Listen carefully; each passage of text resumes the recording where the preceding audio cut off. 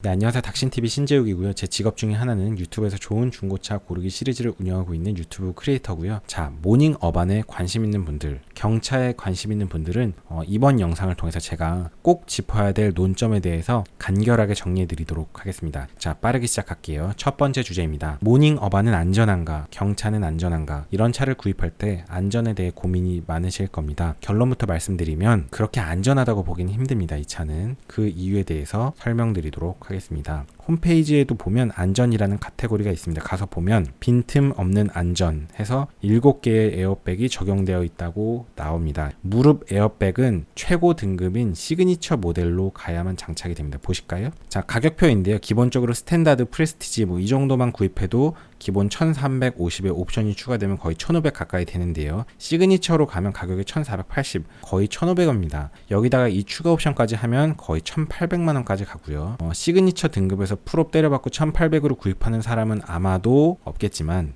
여기서 7개의 에어백이라고 하면 여기 무릎 에어백이라고 있잖아요. 요거는 이제 최고 등급 가야만 있습니다. 그러면 이게 그렇게 대단하냐? 저는 사실 이게 그렇게 본질이라고 생각하진 않습니다. 제가 하고 싶은 얘기를 다시 할게요. 에어백이 많으면 안전한 차인가요? 혹은 초강력 강판 비율이 많으면 안전한 차인가요? 세 번째 질문. IIHS 등급이 높으면 안전한 차인가요? 자, 이 세 가지 질문인데요. 다 틀린 얘기는 아닙니다. 에어백은 운전자가 내 차의 내정자랑 내가 부딪힐 때 접촉 시간을 늘려줌으로써 내가 받는 몸에 힘을 줄여줍니다. 분명히 유의미한 의미가 있고요. 초강력 강판 비율이 높아진다는 게 결론적으로 이제 차가 단단해진다는 표현인데 세이프티 존이 보존이 되기 때문에 밀려 들어오는 차체로부터 직접적인 내 몸에 손상을 받지 않기 때문에 세이프티 존의 유지 차원에서 보면 의미가 있습니다. 장점이 되고요. 차가 적당히 부서지는 게 오히려 좋기는 좋은데 접촉 시간을 늘려주기 때문에 세이프티 존, 내 공간은 유지가 돼야 되는 건 기본 전제이기 때문에 초강력 강판 비율이 높은 것도 도움이 되긴 되겠죠. 이것도 깊이 들어가면 얘기거리가 많겠지만, 자, 세 번째, IIHS의 등급이 높으면 안전한 차인가요? 이것도 그런 것 같지만 높으면 좋겠지만 꼭 그렇진 않습니다. 가장 본질은 뭐냐면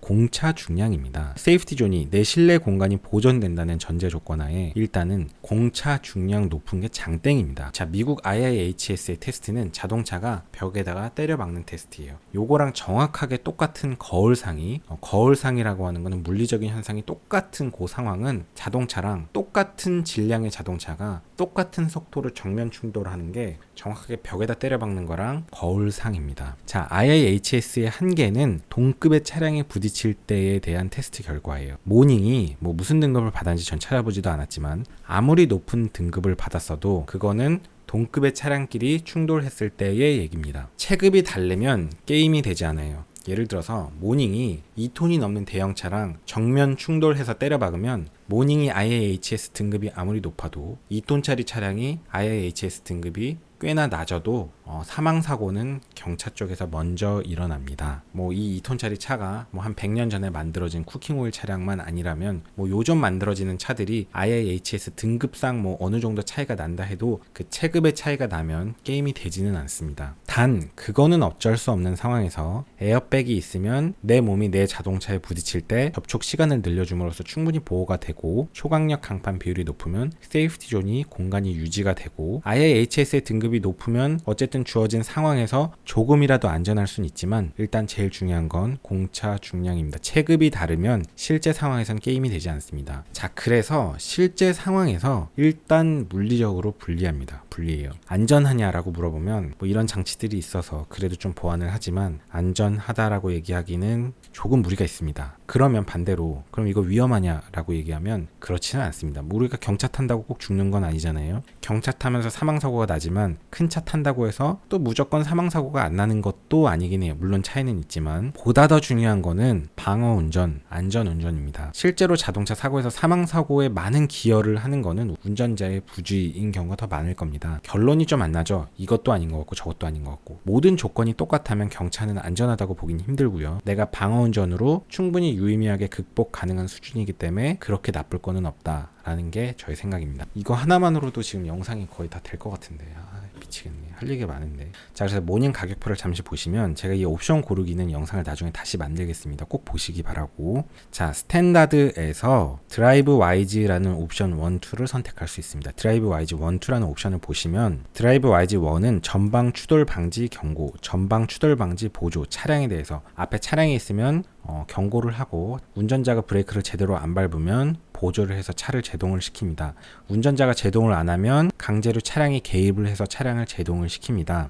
저는 이런 안전 장치들을 그렇게 좋아하는 편은 아닌데요. 저는 전방 충돌 방지 보조 요거에 대해서는 그래도 호의적으로 늘 얘기를 해왔습니다. 경차를 구입하시는 분은 드라이브 와이즈 1 이 옵션만큼은 넣으시는 걸 추천합니다. 추천하는 이유는 전방 충돌 방지 보조 요 기능 때문입니다. 경차로 이제 다른 차를 때려 박을 때 차량의 공차 중량이 가볍기 때문에 체급의 차이에 의해서 내가 어쩔 수 없이 극복할 수 없는 이제 체급의 한계는 있지만 그 상황에서 그래도 사망사고 가능성을 가장 낮출 수 있는 거는 충돌 직전에 속도를 조금이라도 더 줄이는 겁니다. 조금이라도 더. 자, 우리가 졸음운전을 하면 사망사고율이 굉장히 높거든요. 그 이유는 충돌 직전에 제동을 안 하고 때려봤기 때문에 사망사고가 나는 겁니다. 졸음운전이 아닌 경우에 대부분의 사고는 실제로 충돌 직전의 속도는 생각보다 되게 낮아요. 대부분의 사고는 제가 전문가는 아니고 이제 전문가라서 정확한 데이터는 없지만 대부분의 사고는요 40km 미만 생각보다 낮은 속도에서 납니다. 그 정도 속도 갖고도 차들이 다 반파가 돼요. 그럼 제동하지 않고 80km, 70km, 100km를 때려박으면 어떻게 되냐?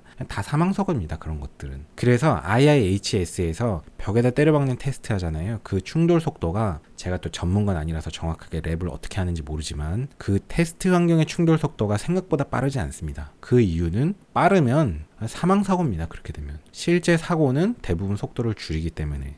그런데 드라이브 와이즈 1은 어쨌든 자동차가 적극적으로 개입을 해서 운전자가 주의를 하지 않으면 개입을 해서라도 더 줄여준다는 거잖아요. 차량의 공차 중량이 가볍지만 그나마 현실적으로 극복할 수 있는 꽤나 유의미한 수단 중에 하나입니다. 경차는 조금 안전이 떨어지니까 저 같으면 요거 정도는 좀 늦는 거를 추천합니다.